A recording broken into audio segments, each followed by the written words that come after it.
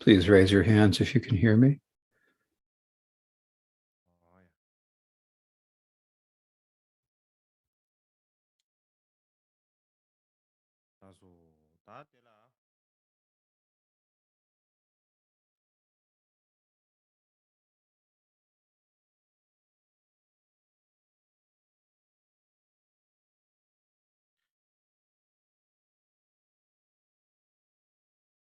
다 단기 공도 아주 지 상기기 As I was saying before, the earliest Buddhist scriptures, or one of the scriptures we can consider the original scriptures, is the verses of the Dharma and as well as the verses of the Buddhada, the seven Tathagatas. And so these speak about how the mind is only the mind is primary, the mind is important. So we can find many such words about this, and in particular in the Avatamsaka Sutra and in the Sutra of the 10 Levels,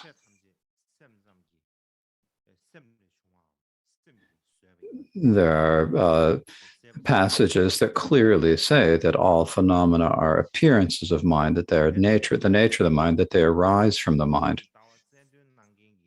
It's not only that. Even those who emphasize the view of emptiness, and or in the Prajnaparamita Sutras that emphasize the view of emptiness, there are many passages that have a relationship or a link to the views of the mind only.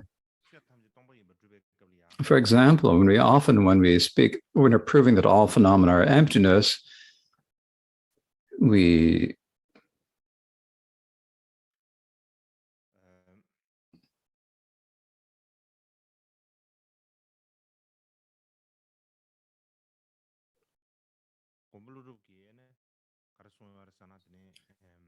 use the citation from Nagarjuna, which says,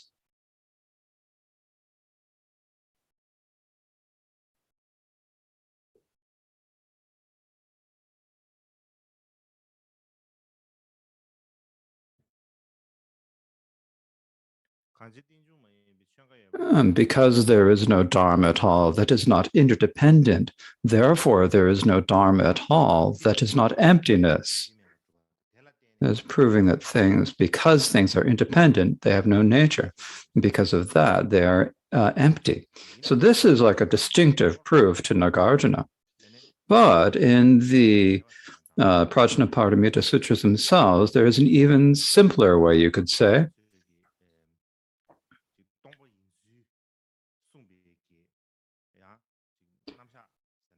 There's a way of determining that all phenomena are emptiness. Another way of explaining how to look at emptiness. And so this is described in the 8,000 verse Prajnaparamita. We say the word sentient being, but no sentient beings observed. That is a mere name, a mere label. That phenomena is named, aside from being conventionally labeled with a name or a sign, does not arise and does not cease. And so what this is saying that all phenomena are no more than projections of our own mind. Simply mental projections, and there's nothing about them that is truly existent or that can be proven. This is exactly what it says. And so this is nothing other than the mind only. It says exactly what the mind only position is. And it's not just this passage. Within the passages in the Prajnaparamita Sutras, there are many passages that teach the mind only. And if I were to recite each one of them, I couldn't do it today. We don't have time. So we don't need to go through each of them. Now, the one who established or organized the view on emptiness was Nagarjuna. He systemized the view of emptiness, but even in his own works,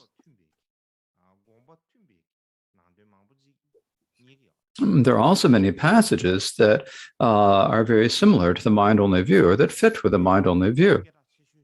Now, the most famous work by Nagarjuna is the root verses of Middle Way, and that primarily establishes the presentation of emptiness. And there's really nothing that particularly talks specifically about the mind-only presentation. But in his other works, there are views that are related to the mind only. For example, one of his works is a text that was translated into the Chinese in the 10th century. It's called the 20 Verses of the Mahayana. And also there are the 60 Verses of Reasoning. And both of these have passages that clearly speak about the mind only. And so in Tibetan, it's in the Tenjur, it's translated and is included in the Tenjur. So what it says in the 20 verses is, all of these are only mind. They abide like illusions.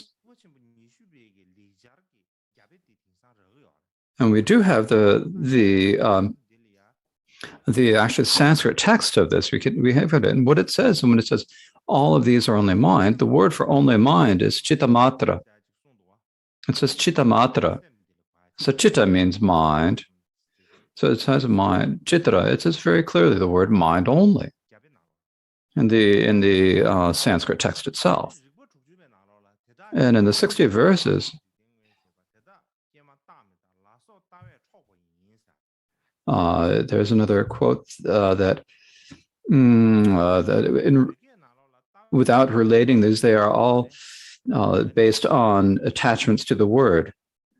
Whether they're impermanent or impermanent is something that is projected by mind. So it's basically saying that ideas of permanence and impermanence are all made by the mind. This is essentially what it's saying. And so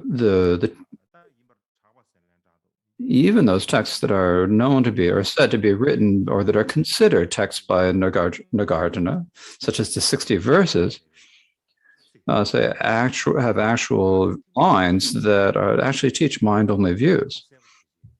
And likewise, there's a very clear reference in the 20 verses of the Mahayana. All of these are only mind. It's very clearly said.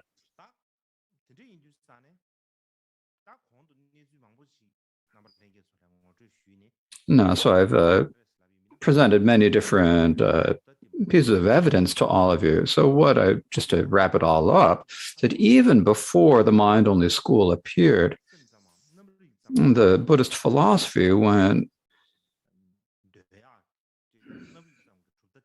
moving and further in the direction of the mind-only positions.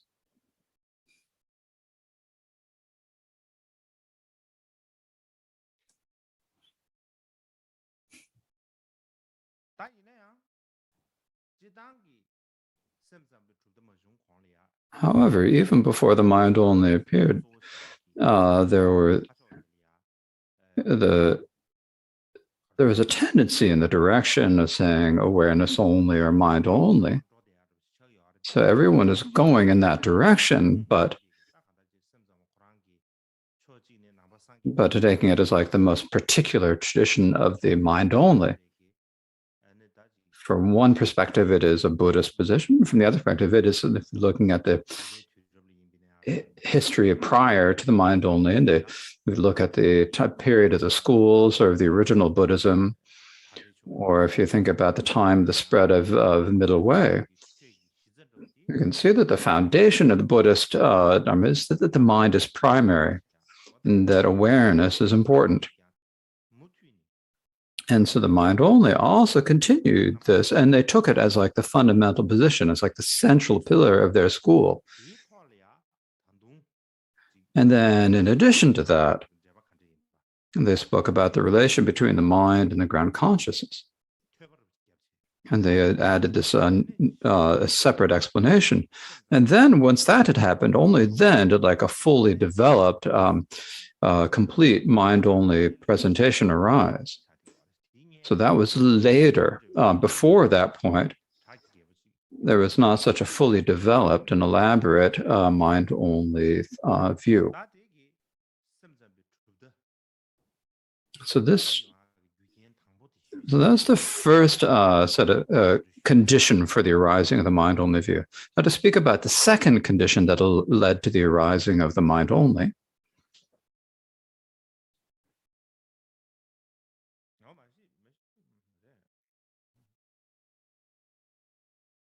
so this is the second one is the conditions leading to the assertion of the basis of or determining the basis of samsara.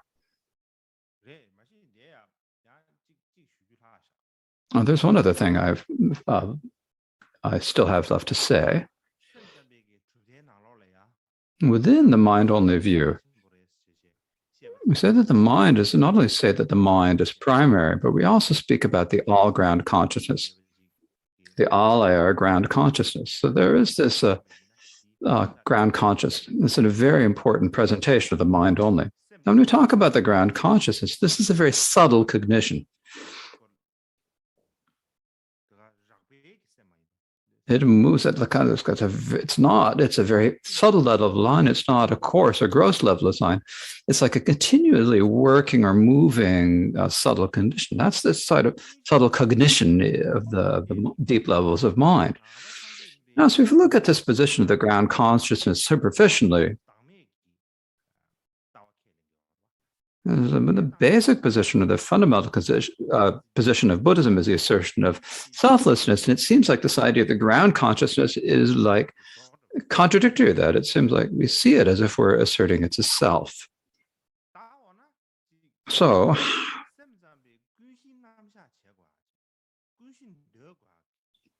now what are the reasons for asserting or accepting the ground consciousness? What is it? The point that it comes down to is that in the Buddhist view, we talk about there being 3 seals of the Buddhist view or 4 seals of view. It's most frequently said to have 4 seals of the view, but there are people who say there are 3 seals of the view.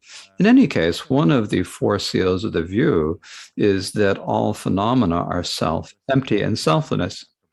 And empty means anatma. So anatma is like a foundational idea. It's like the basis of Buddhism. When we're talking about selflessness, the self that we mean is the self that is primarily the self that is asserted by the non-Buddhist Hindu schools. Of course, there are many different ways and different levels to describe the self. But basically what we mean is the singular, autonomous, and permanent self that non-Buddhist schools assert, the idea that there is a self that is permanent and that is singular and autonomous. And so this is what the Buddhists are refuting and negating, they say that there's no such permanent, singular, autonomous self. And so when we talk about the selflessness, we're talking fundamentally or primarily about the something permanent, singular, and selflessness. Now, of course, that is the basic level. There are more and more refined ways of looking at this, but saying that there is no such self as asserted by the Hindu schools.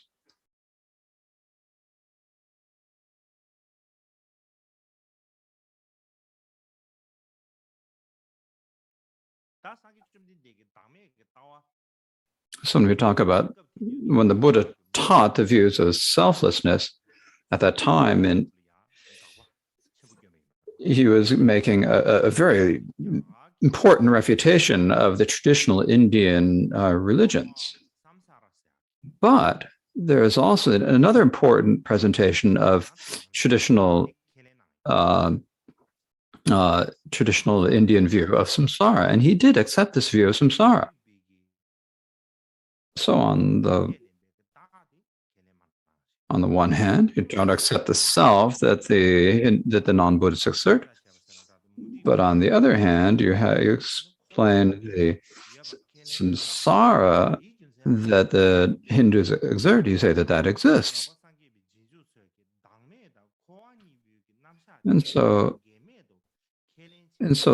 later Buddhist followers had some difficulties in asserting that selflessness and samsara are not contradictory. Now, the biggest question here is if there is no autonomous self, there's no actual self, then who is it who cycles and without ceasing for even a moment, who cycles through samsara? Who cycles through samsara? You cannot find anyone who cycles in samsara. If there is no self, then who is it who goes from this lifetime to the next? And so for this reason, you say that there is no self, but there is a samsara. So who is it who continues from moment to moment continuously? It's difficult to actually identify who that is. Even during the time the Buddha was alive, the Buddha was often asked this question. Many people asked him this question, and the answer that the Buddha gave is that karma continues without interruption. It's karma. The continuum of karma never ceases. Now, what this means is that our entire present situation, whether happy or sad, is a result of previous karma. It is the result of karma, and all of the actions and all of our conduct now determine what will occur in the future. What occurs in the future depends upon our current actions. So basically, the actions we have an influence not just in this lifetime, but they continue into future lifetimes. They will not cease in the future. But after the Buddha passed to nirvana, during the period of the schools, there were the Abhidharma masters, the people who are primarily spending their time examining the scriptures of the Buddha. These Abhidharma masters had a question, and their doubt and question was this: if that karma remains continuously without ceasing, then then there has to be a place that sort of stores like that karma that will continue to influence us. If there's no place for that influence of karma to stay, then how can the imprints of karma or the effects of karma be? Without some place to keep them, how can there be? So what is it that keeps those imprints? So that's the question. For example, if we have a computer, with a computer, we have many different documents and pictures and videos and so forth, and we keep them all in the computer. And so in the computer, we have to have something that keeps them, something that stores them. And if there's no place to store them, then no matter how many things we add, there's no way to store them, because when you add them, no matter how many you put in, they won't stay and you'll lose them. So if you don't have a place to when we have a place to store something, then we can add documents and videos and so forth, and according to the amount of storage that we have. And if we don't have a lot of storage, and we have too many documents, then they won't fit. So if you have a really huge, powerful computer with a lot of storage, and we put all our pictures and documents in there, then we can put them in there. Similarly, with the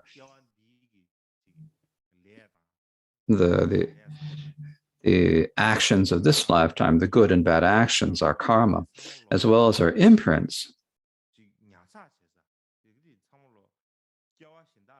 have to have a store place, so that when we go into the next place, that they aren't lost, so that they continue to follow us to the next lifetimes. So we need a place where they're stored, where they're kept. And so for this reason, what the Abhidharma Master said, and so that there has to be like a basis for the projections of samsara, or a phenomena that collects or stores karma. There has to be a place to store karma. And so that is what they thought. Now, as I mentioned yesterday, around 100 years after the Buddha passed away, there was a disharmony in the karma, and it split into two groups. And these two, one of these was the Sthaviravada, and the other was the Mahasangika school. Now, of these two, the one that had, you could say, more of a Mahayana form, of course, there was no Mahayana at that time. But when you look at it now, it has more of a Mahayana appearance as the Mahasangika school. And so the Mahasangika school was primarily interested in liberation. Now, the Sthaviravada tradition actually took more interest in samsara. And because of this, because they were more interested in samsara, they thought there has to be like a basis for projecting the projections of samsara. There has to be a subtle aspect of body or a subtle aspect of consciousness, or it has to be some sort of unmanifest basis, some manifest phenomena. There has to be something.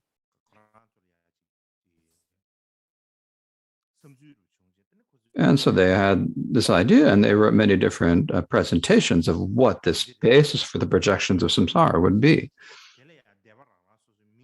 And each of the different schools gave it their own different name. We look at all the different names. The Sthaviravada and the Vajrabhadra schools called it the discriminated consciousness. The Mahashashika school said it was an aggregate that endures throughout samsara. Vatsaputra school called a self that is neither the same nor different from the aggregates. And the Sutra school called it the subtle conscious. Now, the Mahasangika also said that there are some who said that there was a subtle consciousness and some who called that it was the primary mind. And so there are different positions. But then basically, everyone was saying that there has to be some sort of basis from samsara, and each of the different schools, or that basically they're all the same. Either some subtle aspect of mind or some subtle aspect of mind. Now, to some subtle aspect of their aggregates, they said, and then they gave various different names to this.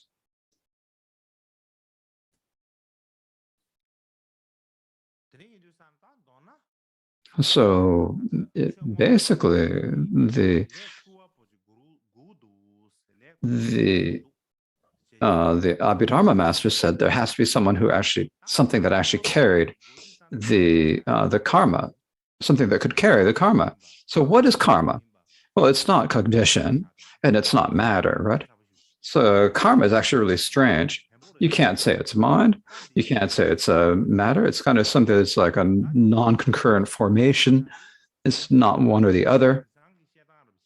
If we were to talk about it in kind of contemporary terms, we'd say it's like energy, some sort of energy. It's like a kind of energy. It's like a source of energy. If we think, for example, about these, physicists talk about light. Light is like energy. When you talk about energy is energy, they say. But there are also photons, light particles. And these photons, it's not inappropriate to call them matter. They have some sort of material matter, some sort of movement. It's because when they move and because of their motion,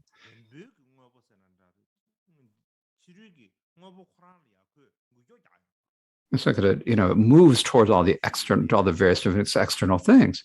And because of its energy, it's able to affect the external things. So in this way, it has to have if it didn't have some sort of material energy or material manifestation or form, that it wouldn't be able to affect material things. So for one thing, we can say that light is energy, but on the other hand, when we look at light, it also has the photons that are kind of material. And so karma is similar to that. You can't say that it's categorically mind, or that it's categorically mind, but because of the power of karma, it can affect material and cognitive things. And not only that, It's because of karma that all of the appearances of samsara and nirvana occur. And so for that reason, karma is extremely important. So in order to be able to explain this topic well, the presentation that the mind only made is that there are six gross consciousness and that there has to be another consciousness that is deeper than that is more subtler than those. And so this is like the storehouse for karma.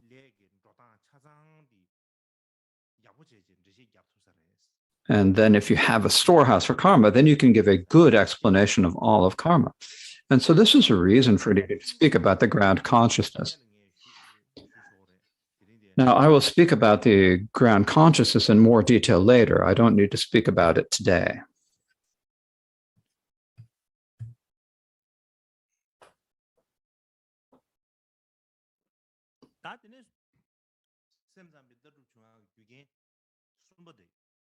Now we've come to the third of the conditions for the development of a mind only, which is the development of new assertions about emptiness.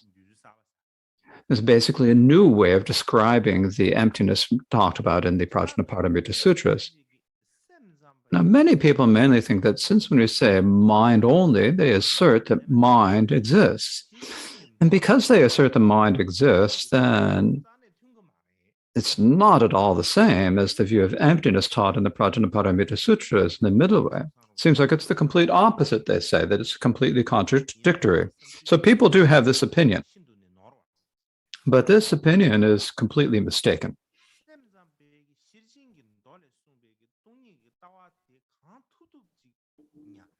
So the mind only practices and preserves as much as it can the view of emptiness taught in the Prajnaparamita Sutras. And in addition to that, because of the view of emptiness, or because of the view of emptiness, there are faults of having shortcomings of the nihilist view and so forth. And so it's able to remedy these shortcomings and faults. And it can develop a new logic, a new presentation for proving emptiness. And how do we know this? That when we look at the sutras that are sources for the mind only, one of the most of these is the sutra Unraveling the Intent, the Samdhi Nirmochana Sutra.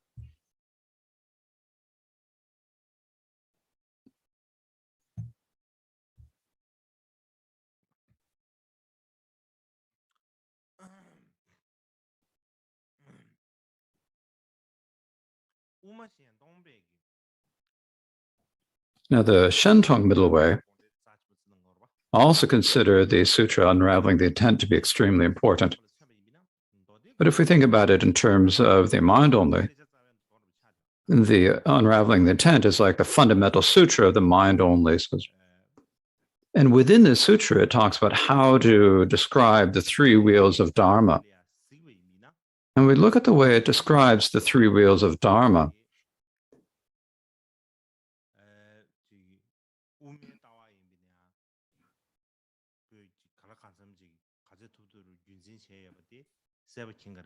We can clearly see how it is that the mind-only view preserves and maintains the view of emptiness taught by the middle way. And the reason for this is that when we talk about when we talk about the Dharma taught by the Buddha, it can be talked about in terms of the following three levels under three periods. And so there are many different, because of different disciples.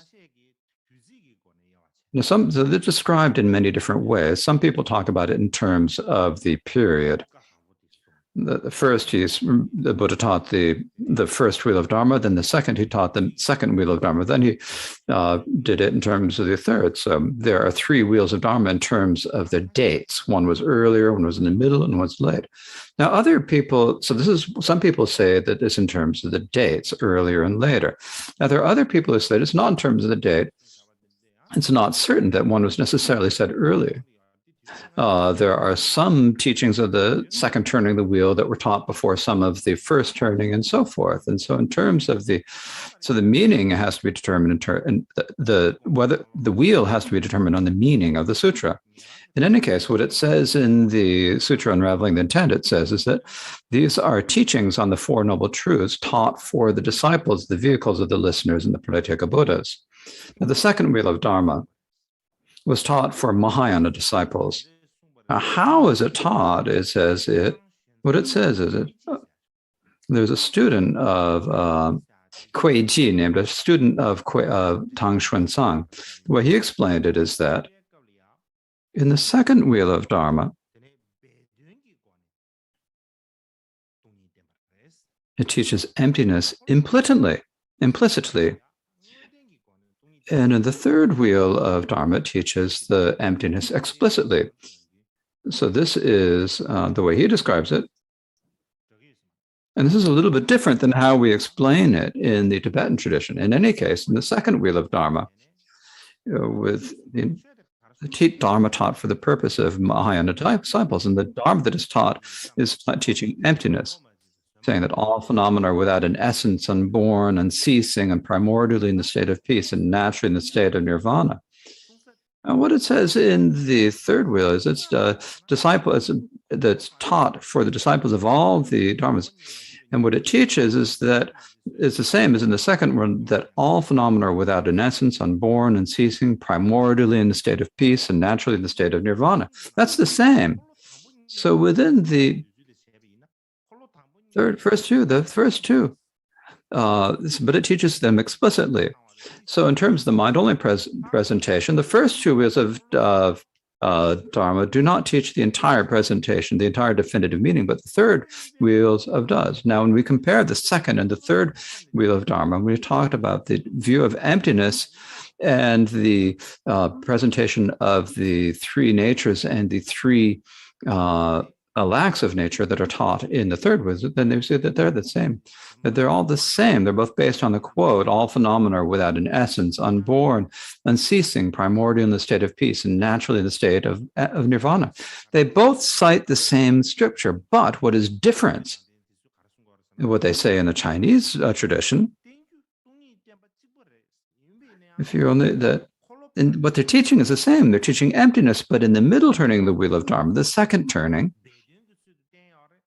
it is taught implicitly, and it is taught explicitly in the third turning of the wheel of the Dharma. Because of the different way that it's taught, there's a great difference between the two. But what is taught is the same. And so in this way, the essence, the view of the second turning and the wheel of the third turning of the wheel of Dharma, or the implicit and the explicit teachings are the same. They have the same thing, and they come to the same understanding.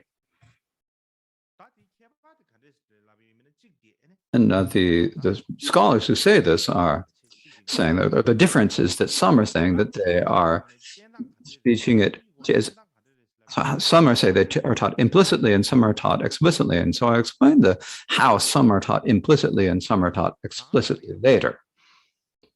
In any case, the Sutra of Unraveling the Intent is like it's a mind-only text or a sutra, or you know the treatise. It's like the earliest of the earliest source they have is the Sutra Unraveling the Intent.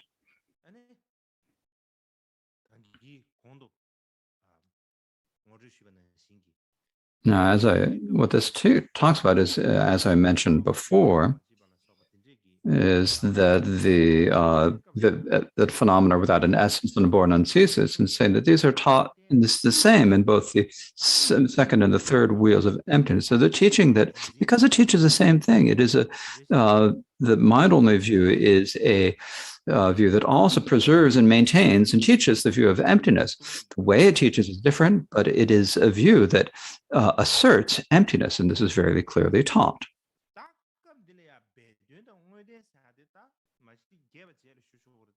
Now, so with the question, what do we mean about explicit or implicit teaching? Now, I'll talk about this in more detail later, but when we talk about explicitly taught, in the second turning of Wheel of Dharma, it's taught implicitly. It doesn't actually prove what the actual nature is in an affirmative matter. Instead, it merely refutes all the different obscurations to that.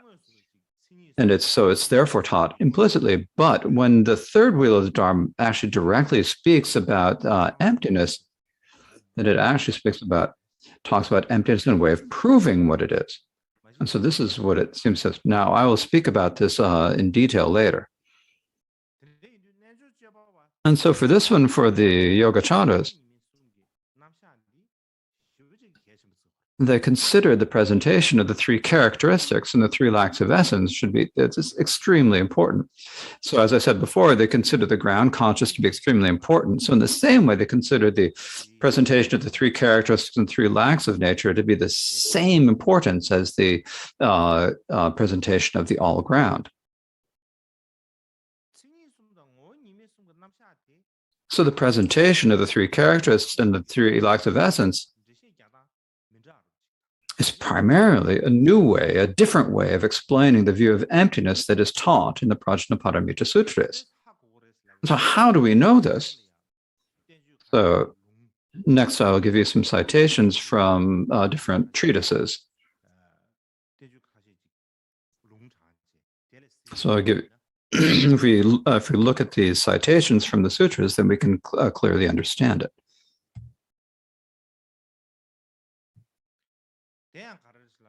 And so what these are is that first in the Prajnaparamita Sutras, it says, Shariputra, when a bodhisattva is practicing transcendent prajna, the bodhisattva does not perceive, and so forth, although it has no fixation.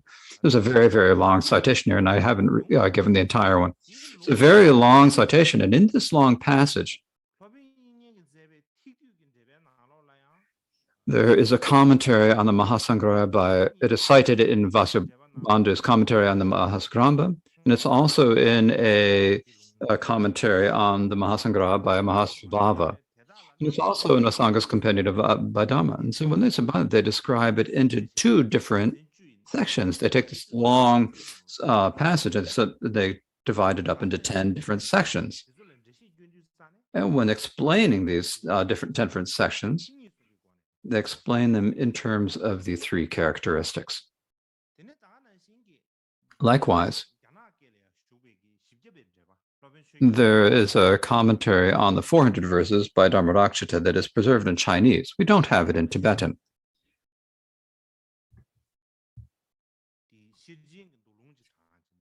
And this also quotes the passage from the Prajnaparamita Sutra that says, because Venerable Shariputra form is empty of nature, that which is empty of nature does not arise and does not perish. And that which does not arise and does not perish, there is nothing other than abiding. Feeling, conception, formation, and consciousness are empty of nature. And so this is also explained in the mind-only treatises in terms of the three characteristics.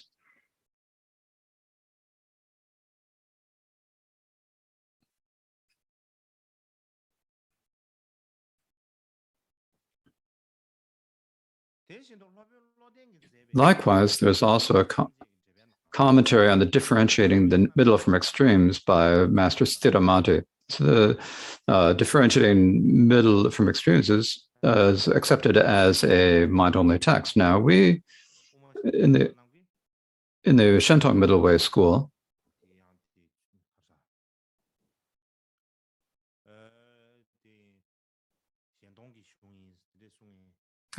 teach that is a Shentong Middle Way text. In any case, there's a commentary on it by Master Sthiramati in which it says, in order to realize unmistakably the natural profundity of the ways of transcendent prajna, you must rely on the three essences.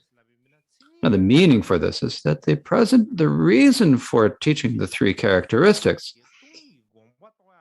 is to realize the intent of the Prajnaparamita Sutras of emptiness. In order to realize this, you have to use the three characteristics. The reason for giving the presentation of the three characteristics is to give a good explanation of the meaning of emptiness taught in the Prajnaparamita Sutras. And so for that reason, the Yogacara masters came up with the presentation of the three characteristics. Likewise, there is also commentary by Asanga on Vajrakutta. Now, this commentary is in Chinese. I think that it might be in Tibetan. I think there's probably something in later. Anyways, there's a commentary on the Vajrakutta Sutra by Master Sangha. And this basically explains the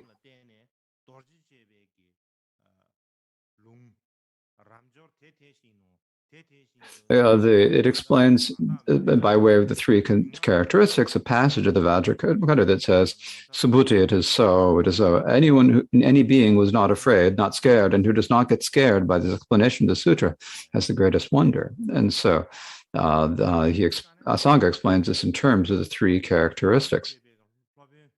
Likewise, there are the important Macharya masters who I mentioned before, Asanga, Vasubandu, Asvabhava, and Sthiramata, and Amarakshita. These are like the most important Yogacara masters.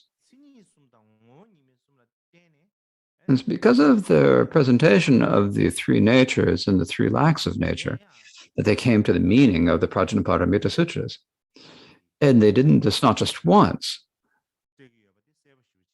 It's over and over again that they explain the intent in this way. It's very, very clear. The reason for this presentation of the three characteristics and the three lack of essence is to give a new logical way of approaching, or to give a new presentation of the meaning of the Prajnaparamita Sutras. In this way, the mind only, in terms of its meaning, is a view that actually maintains, preserves the teachings on emptiness. But the way that it explains emptiness is a little bit different than the way the middle way does. But that's merely a different way of explaining it, but it's in actuality. They do assert the emptiness. This is something that is important for us to understand. So I think that's probably enough for today. There's still a little bit of time, but I think that's enough for today anyways.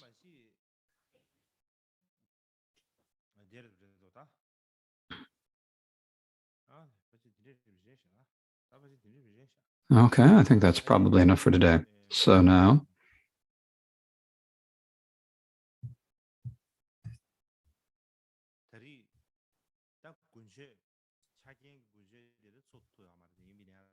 so we haven't been able to have an actual Gunsha, but we're having like a special winter teaching, a special Gunsha for the different Shedras. And so all the Shedras are holding this together. And at the time that the Shedras are holding this, then as usual during the Gunsha, it's important for everyone to take the interest in it.